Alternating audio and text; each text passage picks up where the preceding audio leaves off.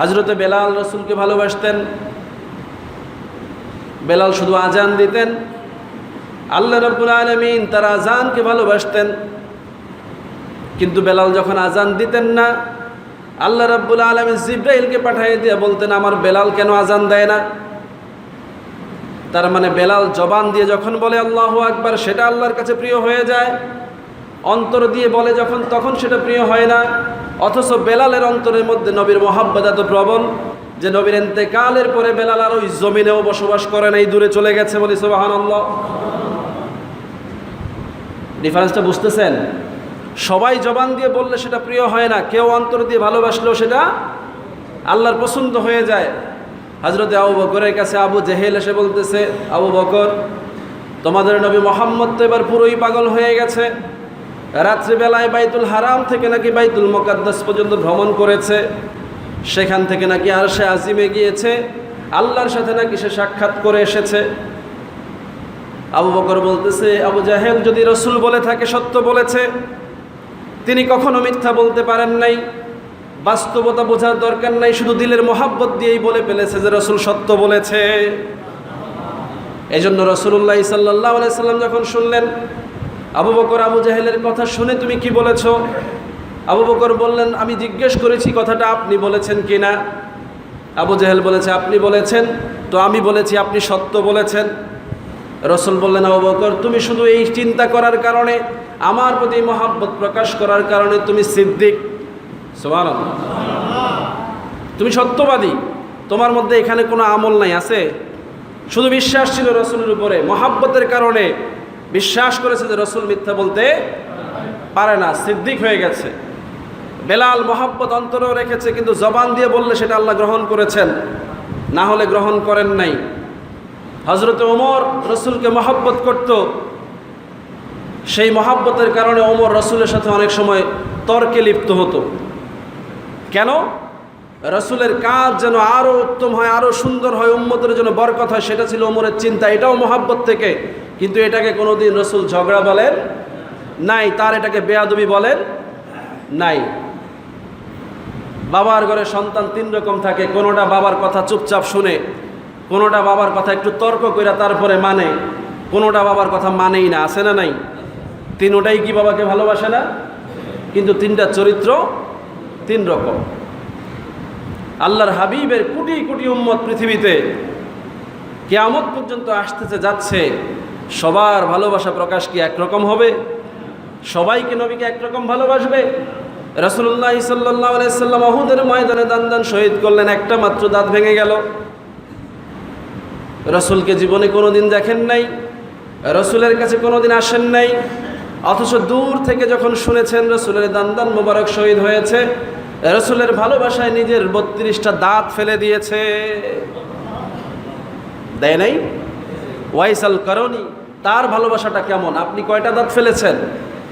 আজকে যদি আমরা বলি যে দাঁত ভাঙ্গা নবীর উম্মত, সুতরাং দাঁত ফেলে দেওয়াই নবীর সুন্নত, মানবেন? কেন মানবেন না? এটা তো মহাব্বত নাই, এটা আপনার সামর্থ্যের মধ্যে পড়ে না, এই জন্য আপনি করেন না। ওয়াইস করণীর সামর্থ্যের মধ্যে ছিল, সে দাঁত ফেলে দিয়েছে, এটাই তার মহাব্বত ছিল। রাসূল তার জন্য ওসিয়ত করে গেছেন, জুব্বা মোবারক হাদিয়া রেখে গেছেন। ইন্তেকালের পরে ওমর এবং আলীকে সেই জুব্বা পৌঁছে দিয়া উম্মতের জন্য দোয়া করার কথা রাসূল বলে গেছেন, সেই ওয়াইজাল করণী দিয়ে দোয়া করিয়েছেন আমার আপনার জন্য। বলি সুবহানাল্লাহ। এই মহাব্বতকে আপনি কি দিয়ে মূল্যায়ন করবেন? কোন স্কেলে ফেলবেন? কোন ফতোয়া দিয়ে আপনি জারি করবেন? অন্য সাহাবীদের মধ্যে তো এই আমলটা ছিল না, ছিল। আজকে রাসূলের মহাব্বতে কিছু বলতে গেলেই আপনি নানান ফতোয়াবাজি করেন, আপনি নানান ধরনের ফতোয়া তালাশ করেন।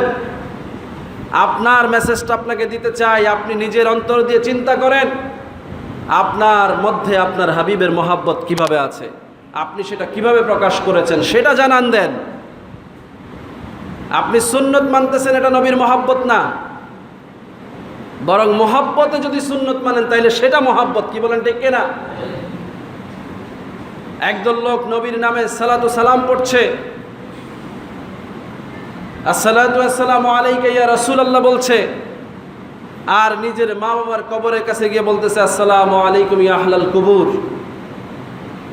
কবরের কাছে একরকম সুন্নাত, আর রাসূলের কবরের পাশে দাঁড়িয়েও এই ইয়া আহলাল কুবুর বলার সুযোগ নাই, বলতে হবে আসসালাতু ওয়াসসালামু আলাইকা ইয়া রাসূলুল্লাহ।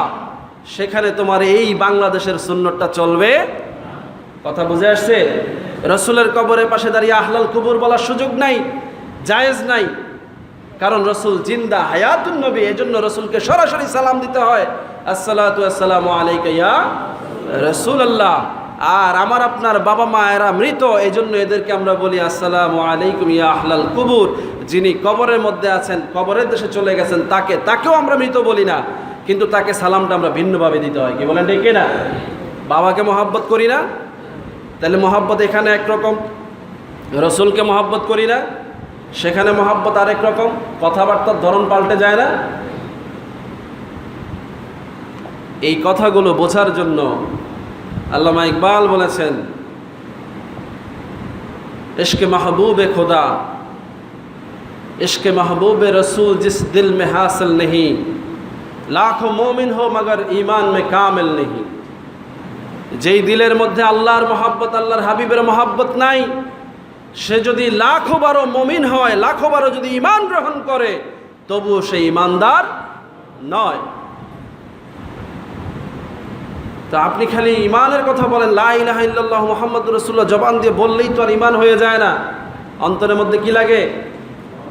মহব্বত লাগে। অথচ রসুলের হাদিস আছে, মান ক্বালা লা ইলাহা ইল্লাল্লাহ ফাদাখালাল জান্নাহ, যে শুধু বলল যে লা ইলাহা ইল্লাল্লাহ সেও জান্নাতে যাবে। যাবে না? যাবে। রসুল যেহেতু বলেছেন যাবে। কিন্তু এই জায়গায় আবু হুরায়রা যখন জান্নাতের এই খবরটা প্রচার করলেন, ওমরকে বললেন, ওমর এক ঘুষি দিয়ে দিলেন। এমন ঘুষি, ওমরের সেই জালালি ঘুষির কারণে আবু হুরায়রা চিৎপটাং হয়ে 7-8 হাত দূরে পিছনে গিয়ে পড়লেন। বলি সুবহানাল্লাহ। রসুলের কথার বিপক্ষে ওমরের এই ঘুষিকে আপনি কি বলবেন? বেয়াদবি না। রসুলের কাছে গেলেন, আবু হুরায়রা গিয়ে বললেন, ইয়া রাসূলুল্লাহ, ওমর তো আপনার এই মেসেজ নিতে চায় না। ওমরও পুছলেন, ওমর তুমি কি আমার এই কথার অবজ্ঞা করেছো? ওমর রাদিয়াল্লাহু তাআলা আনহু বললেন, না ইয়া রাসূলুল্লাহ, আমি অবজ্ঞা করি নাই, আমি জানতে চাই এই কথা কি আপনিই বলেছেন? রসুল বললেন, হ্যাঁ এই কথা আমি বলছি। ওমর রাদিয়াল্লাহু তাআলা বিনয়ের সহিত বললেন, আল্লাহ রসুল, আমার ভয় হয় যদি লোকেরা যদি শুনে যে লা ইলাহা ইল্লাল্লাহ পড়লেই জান্নাতে যাওয়া যায়, তাইলে তারা সব আমল ছেড়ে দিবে, আর সব আমল ছেড়ে দিলে তারা বেঈমান হয়ে যাবে। রসুল বললেন, ওমর তাহলে তাদেরকে আমলের জন্য ছেড়ে দাও, অর্থাৎ এই কথাটা আমার জীবদ্দশায় তোমরা প্রকাশ করো না। সুবহানাল্লাহ। সেই আল্লাহ রাব্বুল আলামিন বলছেন যে সমস্ত আলামিন, যত জগৎ আছে, সমস্ত জগতের যতজনের শোনার মতো ক্ষমতা আছে, শুনে রাখো যে আমি আমার হাবিবকে প্রেরণ করেছি রাহমাতুল লিল আলামিন হিসাবে। বলি সুবহানাল্লাহ।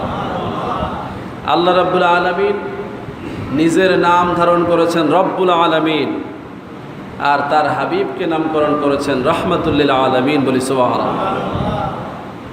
যেই আলামিনের তিনি রব, সেই আলামিনের আমার নবী রহমত। বলি সুবহানাল্লাহ। কোনো ডিফারেন্স নাই। আল্লাহর রবুবিয়ত যত বড়, আল্লাহর হাবিবের শ্রেষ্ঠত্ব তত বড়। বলি সুবহানাল্লাহ। সুতরাং এই জায়গায় যারা নিজেদেরকে সমান করে, মিলায়, তাদের ঈমান নাই। এখান থেকেই চিন্তার শুরু। কেন তারা রসুলকে তাদের কাতারে আনতে চায়, আর কেন আমরা রসুলকে সবার উপরে নিয়ে যেতে চাই? এই জায়গায় আমাদের মধ্যে ডিফারেন্স, এই জায়গায় দ্বন্দ্ব, এই জায়গায় পৃথিবীতে দুইটা ভাগ হয়ে গেছে। আল্লাহর হাবিব নিজ জবান দিয়ে বলেছেন, লা ইউমিনু আহাদুকুম হাত্তা আন আকুনা আহাব্বা ইলাইহি মিন ওয়ালাদিহি ওয়া ওয়ালিদিহি ওয়ান নাসি আজমাইন। উম্মত, ততক্ষণ তোমার ঈমান হবে না, তুমি ততক্ষণ ঈমানদার হতেই পারবে না যতক্ষণ না আমার মহাব্বত, আহাব্বা ইলাইহি, আমাকে ভালোবাসবে, মহাব্বত করবে নিজের সন্তান, নিজের মা বাবা এবং পৃথিবীর সব মানুষের চাইতে বেশি। কথা বুঝতেছেন?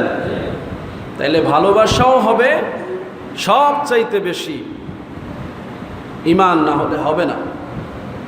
সেই জায়গায় আপনি কাকে ভালোবাসা বেশি দেখাচ্ছেন? কি আমার রসুলকে, না আপনার শায়েখকে, না আপনার নেতাকে, এইটুকু বুঝলেই তো বোঝা যায় আপনি কেমন ইমানদার। কি বলেন ঠিক না?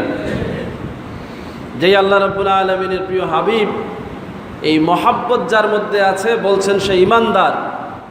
আর তাকে বলছেন ওই মহাব্বত করে ওই ইমানদারকে রসুল বলছেন মান আহাব্বা সুন্নতি ওয়া মান আহাব্বানি কানা মাই ফিল জান্নাহ। আমাকে যে মহাব্বত করে সে যদি আমার সুন্নত মানে তাহলে এটা প্রমাণ সে আমাকে মহাব্বত করে আর সে আমার সাথে জান্নাতি হবে। কিন্তু প্রথম শর্ত সুন্নত মানতে হলে মহাব্বত করা লাগবে। মহাব্বত থাকলে সুন্নত মানবে, আর সুন্নত মানলে বোঝা যাবে মহাব্বতও আছে, সে মহাব্বত করেও, এটা প্রমাণ হয়ে যাবে। তখন নবী বলছেন তুমি আমার সাথে জান্নাতি হবে। আর একদল বেওকুফ আলেম আমাদেরকে বোঝায় যে রসুল বলেছেন রসুলের সুন্নত যে মানে সেই নবীকে মহাব্বত করে। কথাটা কি এক হইল? আমার কথা বুঝতেছেন? এক হলো নবীকে মহাব্বত করে নবীর সুন্নত মানে নবী বলছেন সে আমাকে মহাব্বত করে, এটা প্রমাণ হয়েছে। আরেক দল বলতেছে না, শুধু সুন্নত মানে সে নবীকে মহাব্বত করে। আপনি বলেন কোনটা ঠিক? কথা বোঝেন নাই? উদাহরণ নেন, আপনি বাবার সন্তান, আপনি বাবার ভূমিতে বাস করেন, বাবার ঘর ধোয়া মোছা করেন, বাবার কবরও মোছেন, কিন্তু বাবা যখন জীবিত ছিল আপনি তখন বাবাকে অপমান করেছেন, গালি দিয়েছেন, কষ্ট দিয়েছেন। এখন আপনি যতই ধোয়া মোছা করেন আর বাবার কবর পুছেন, তার ঘর বাড়ি রক্ষণাবেক্ষণ করেন, কেউ কি আপনাকে বলবে যে আপনি বাবার সুসন্তান?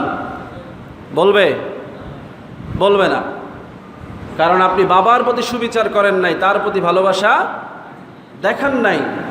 তো আমার আপনার হাবিবের সুন্নত আপনি মানেন কিন্তু তাকে মহব্বত করেন না, এই সুন্নতের কোনো দাম নাই।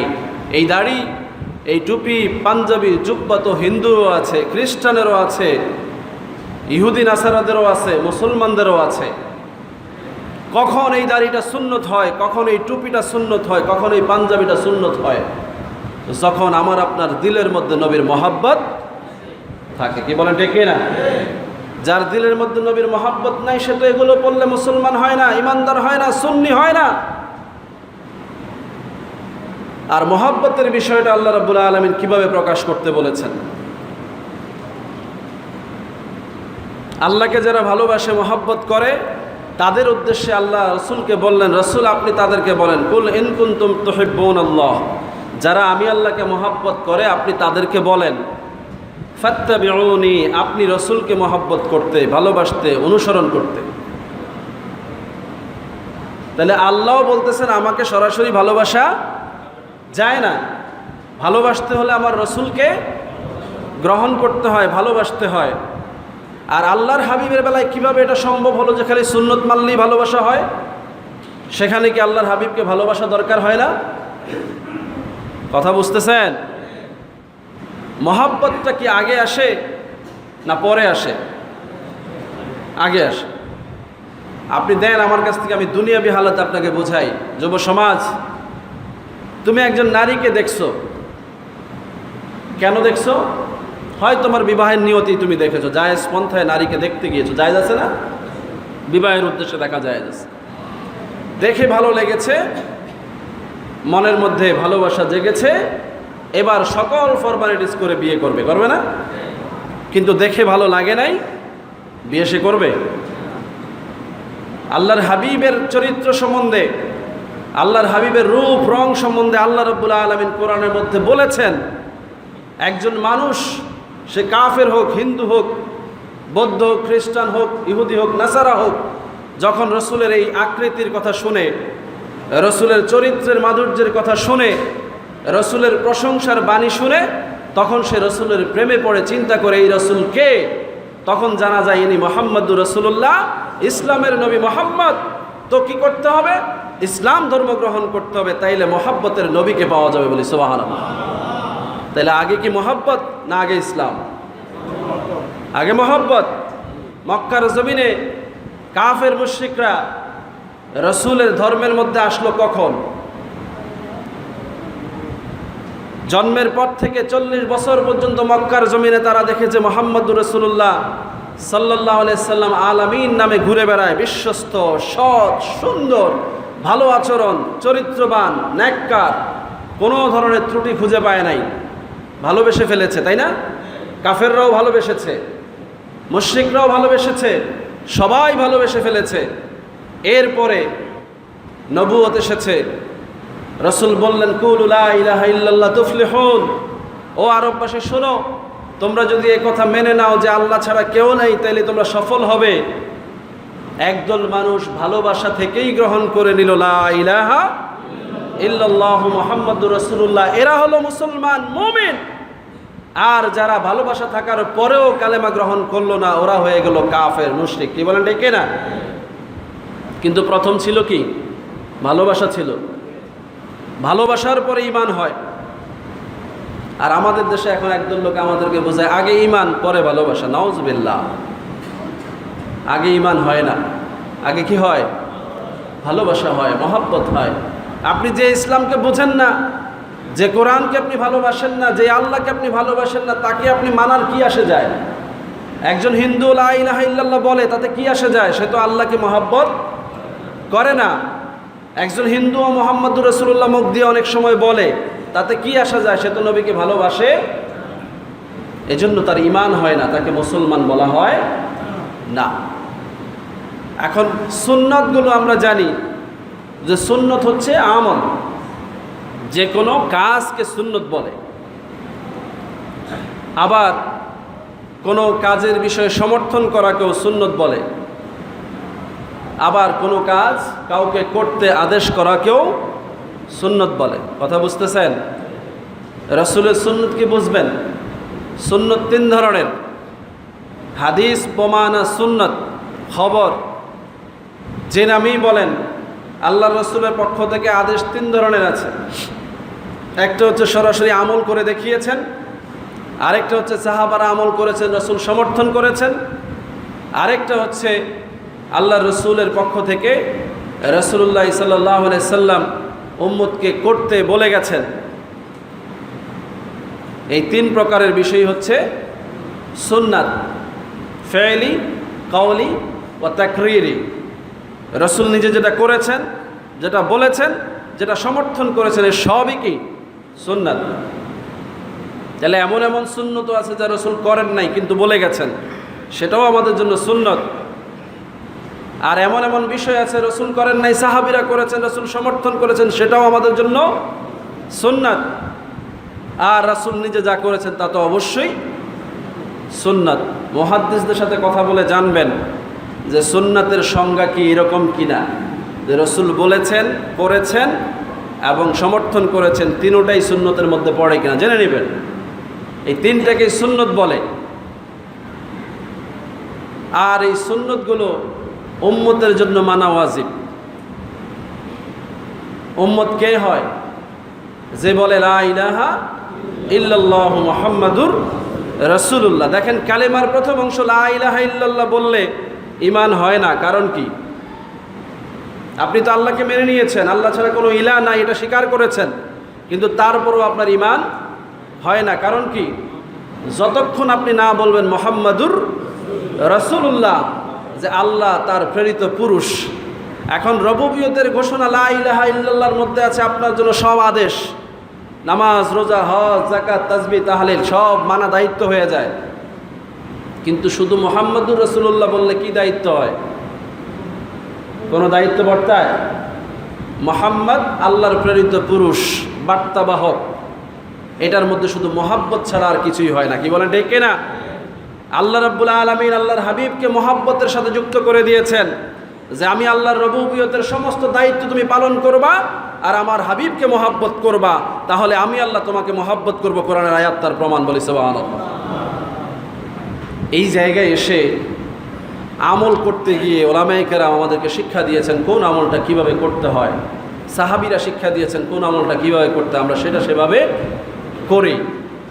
কিন্তু মহাব্বত প্রকাশের ব্যাপারে নির্দিষ্ট কোনো আমল খুঁজে পাওয়া কঠিন। সেক্ষেত্রে অনেক আমল জড়ো হয়ে যায়।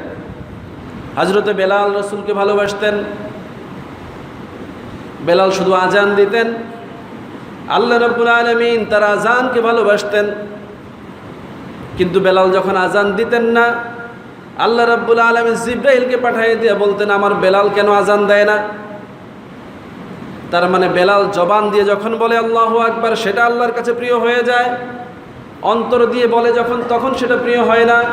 অথচ বেলালের অন্তরের মধ্যে নবীর মহাব্বত এত প্রবল যে নবীর ইন্তেকালের পরে বেলাল আর ওই জমিনেও বসবাস করে নাই, দূরে চলে গেছে। বলি সুবহানাল্লাহ। ডিফারেন্সটা বুঝতেছেন? সবাই জবান দিয়ে বললে সেটা প্রিয় হয় না, কেউ অন্তর দিয়ে ভালোবাসলেও সেটা আল্লাহর পছন্দ হয়ে যায়। হযরতে আবু বকরের কাছে আবু জেহেল এসে বলতেছে, আবু বকর, তোমাদের নবী মুহাম্মদ তো এবার পুরোই পাগল হয়ে গেছে, রাত্রিবেলায় বাইতুল হারাম থেকে নাকি বাইতুল মুকাদ্দাস পর্যন্ত ভ্রমণ করেছে, সেখান থেকে নাকি আরশে আজিমে গিয়েছে, আল্লাহর সাথে নাকি সে সাক্ষাৎ করে এসেছে। আবু বকর বলতেছে, আবু জাহেল যদি রসুল বলে থাকে সত্য বলেছে, তিনি কখনো মিথ্যা বলতে পারেন নাই, বাস্তবতা বোঝার দরকার নাই, শুধু দিলের মোহাব্বত দিয়েই বলে ফেলেছে যে রসুল সত্য বলেছে।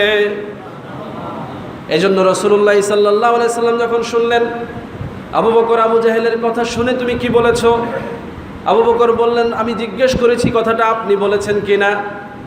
আবু জাহেল বলেছে আপনি বলেছেন, তো আমি বলেছি আপনি সত্য বলেছেন। রসুল বললেন, আবু বকর, তুমি শুধু এই চিন্তা করার কারণে, আমার প্রতি মহাব্বত প্রকাশ করার কারণে তুমি সিদ্দিক, সুবহানাল্লাহ, তুমি সত্যবাদী, তোমার মধ্যে এখানে কোনো আমল নাই, আছে শুধু বিশ্বাস ছিল রসুলের উপরে, মহাব্বতের কারণে বিশ্বাস করেছে যে রসুল মিথ্যা বলতে পারে না, সিদ্দিক হয়ে গেছে। বেলাল মহাব্বত অন্তরেও রেখেছে, কিন্তু জবান দিয়ে বললে সেটা আল্লাহ গ্রহণ করেছেন, না হলে গ্রহণ করেন নাই। হযরতে ওমর রসুলকে মহাব্বত করত, সেই মহাব্বতের কারণে ওমর রসুলের সাথে অনেক সময় তর্কে লিপ্ত হতো। কেন?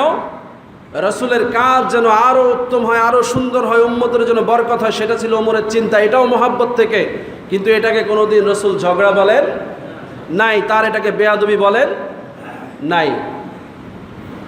বাবার ঘরে সন্তান তিন রকম থাকে, কোনোটা বাবার কথা চুপচাপ শুনে, কোনোটা বাবার কথা একটু তর্ক করে তারপরে মানে, কোনোটা বাবার কথা মানেই না, আছে না নাই? তিনটাই কি বাবাকে ভালোবাসে না?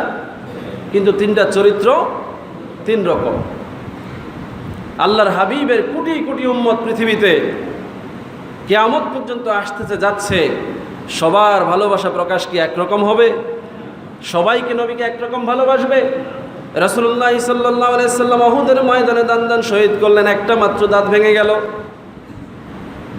রসুলকে জীবনে কোনোদিন দেখেন নাই, রসুলের কাছে কোনোদিন আসেন নাই, অথচ দূর থেকে যখন শুনেছেন রসুলের দান মোবারক শহীদ হয়েছে, রসুলের ভালোবাসায় নিজের 32টা দাঁত ফেলে দিয়েছে। দেয় নাই? ওয়াইসাল করনি, তার ভালোবাসাটা কেমন? আপনি কয়টা দাঁত ফেলেছেন?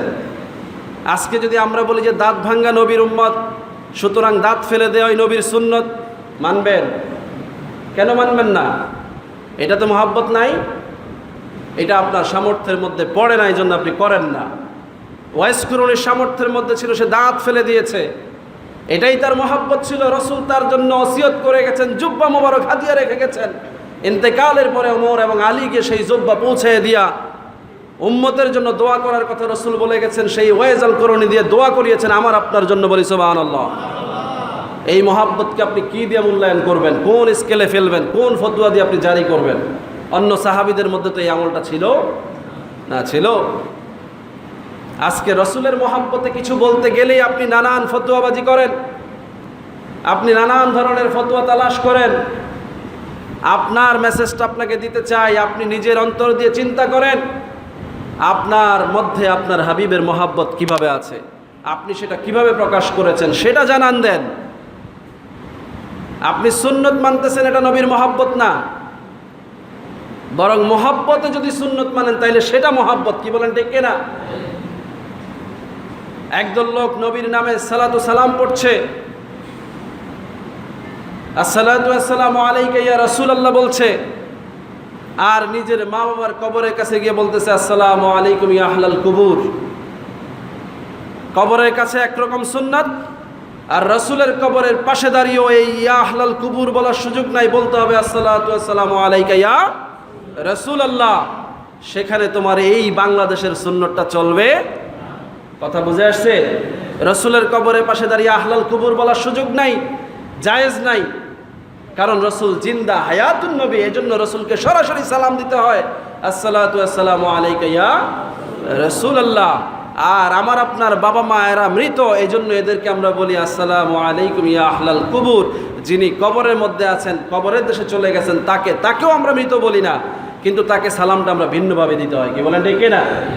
বাবাকে মহব্বত করি না, তাহলে মহব্বত এখানে একরকম।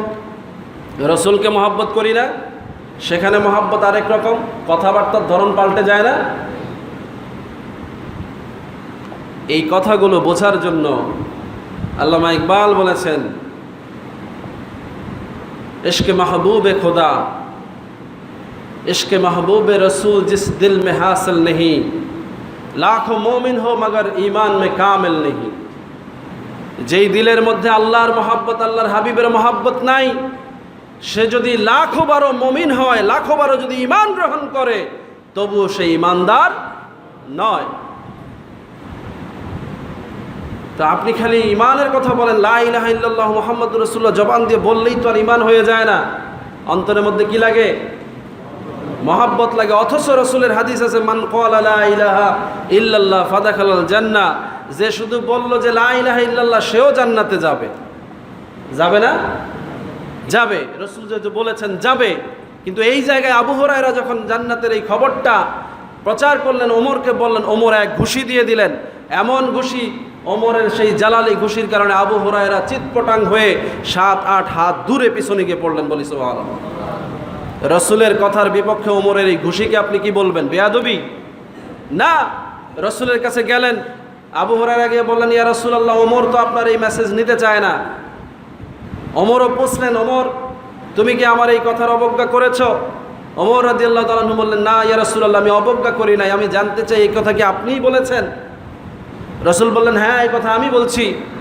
ওমর রাদিয়াল্লাহু তাআলা বিনয়ের সহিত বললেন, আল্লাহ রসুল, আমার ভয় হয় যদি লোকেরা যদি শুনে যে লা ইলাহা ইল্লাল্লাহ পড়লেই জান্নাতে যাওয়া যায়, তাইলে তারা সব আমল ছেড়ে দিবে, আর সব আমল ছেড়ে দিলে তারা বেঈমান হয়ে যাবে। রসুল বললেন, ওমর, তাহলে তাদেরকে আমলের জন্য ছেড়ে দাও, অর্থাৎ এই কথাটা আমার জীবদ্দশায় তোমরা প্রকাশ করো না। সুবহানাল্লাহ। সাহাবীরা তো এভাবে চিন্তা করেছেন, মহব্বত থাকলেও যেমন কামিয়াব হওয়া যায়, আবার মহব্বতের সাথে আমল থাকলে আরো বেশি কামিয়াব হওয়া যায়। কিন্তু মহব্বত না থাকলে কোনোভাবেই কামিয়াব হওয়া যায় না। এজন্য রসুলের মহব্বতে যে সকল ভাইয়েরা রবিউল আউয়াল মাস আসলে আপনাকে আমাকে জানায় দেয় যে এটা নবীর জন্মের মাস, তারা কি গুনাহ করে? আপনি আমি তো গাফেল, ভুলে গেছি কবে রসুলের জন্মদিন মনে নাই, কোন দিন রহমত পৃথিবীতে আসার কারণে আমি ধন্য হয়ে গেলাম খেয়াল নাই, কোন দিন জমিনের মধ্যে রসুলের পদার্পণ হওয়ার কারণে গোটা জমিন মসজিদ হয়ে গেল, যেখানে সকল নবীদের জন্য মসজিদ ছিল নির্ধারিত, নামাজের জায়গা ছিল নির্ধারিত, জমিনের সব জায়গায় নামাজ পড়ার সুযোগ ছিল না। আর আল্লাহর হাবিব মুহাম্মদুর রাসূলুল্লাহ সাল্লাল্লাহু আলাইহি সাল্লাম জমিনে আসলেন মাথা দিয়ে নয়, বরং জমিনে আগে পা রাখলেন। আর এই পা মোবারক জমিনে রাখার কারণে আল্লাহ রাব্বুল আলামিন গোটা পৃথিবীকে বানিয়ে দিলেন সেজদার জায়গা। কিয়ামত পর্যন্ত মুমিনেরা যেখানেই সেজদা দিবে সেখানেই নামাজ হয়ে যাবে। বলি সুবহানাল্লাহ। এই মর্যাদার ব্যাখ্যা আপনি কিভাবে দিবেন? শুধুমাত্র পায়ের মর্যাদা। সেই রসুলকে আল্লাহ রাব্বুল আলামিন মর্যাদা দিয়েছেন। রসুল, আপনাকে আমি সর্বশ্রেষ্ঠ মর্যাদা দিয়েছি, কিভাবে দেখেন? আল্লাহর হাবিব প্রশ্ন করলেন, আল্লাহ কিভাবে? আপনি তো অন্যান্য নবীদেরকে অনেক মর্যাদা দিয়েছেন, আপনি তো অন্যান্য নবীদেরকে অনেক মর্যাদা দিয়েছেন, যেই মর্যাদার কারণে আমি রসুলও অনেক সময় মনে করি যে তাদের মর্যাদা বেশি ছিল। অথচ আল্লাহর হাবিব বলতেছেন যে আপনি মূসাকে এই মর্যাদা দিয়েছেন, তুর পাহাড় ধন্য হয়ে গেছে। আপনি ঈসাকে এই মর্যাদা দিয়েছেন, শতবর্ষী কবরের কাছে দাঁড়াইলে কুম বেইজনিল্লাহ বললে মরা মানুষ জীবিত হয়ে যেত। আপনি হযরত দাউদকে মর্যাদা দিয়েছেন যে দাউদ নবী কোরআন তেলাওয়াত করলে পাহাড় পর্যন্ত তার সাথে জিকিরে মশগুল হয়ে যেত। আপনি হযরত সুলাইমান নবীকে তখতে সুলাইমানি দিয়েছেন, যে তখতে সুলাইমানিতে করে গোটা পৃথিবী তিনি পরিভ্রমণ করতেন, লোকেরা দেখে সুবহানাল্লাহ বলতো। আল্লাহ বললেন, হাবিব, আপনাকে আমি সবচাইতে বেশি মর্যাদা দিয়েছি, আপনি যা চিন্তা করেন আমি আল্লাহ তা বাস্তবায়ন করে দিই। বলি সুবহানাল্লাহ। আপনি নামাজের মধ্যে চিন্তা করতেছেন আর বারবার আকাশের দিকে তাকাচ্ছেন, যে আপনার মনের মধ্যে খেয়াল আপনি বাইতুল্লাহর দিকে সেজদা দিবেন, আমি আল্লাহ নামাজের মধ্যে আপনার কেবলাকে পরিবর্তন করে বাইতুল্লাহ দিয়ে ঘুরাই দিয়েছি বলি সুবহানাল্লাহ। হাবিব, আপনি চিন্তা করেন যে আসমানের চন্দ্র যেন দ্বিখণ্ডিত হয়ে যায়, আপনি শুধু ইশারা করেন, আমি চাঁদকে দুই ভাগ করে দিই।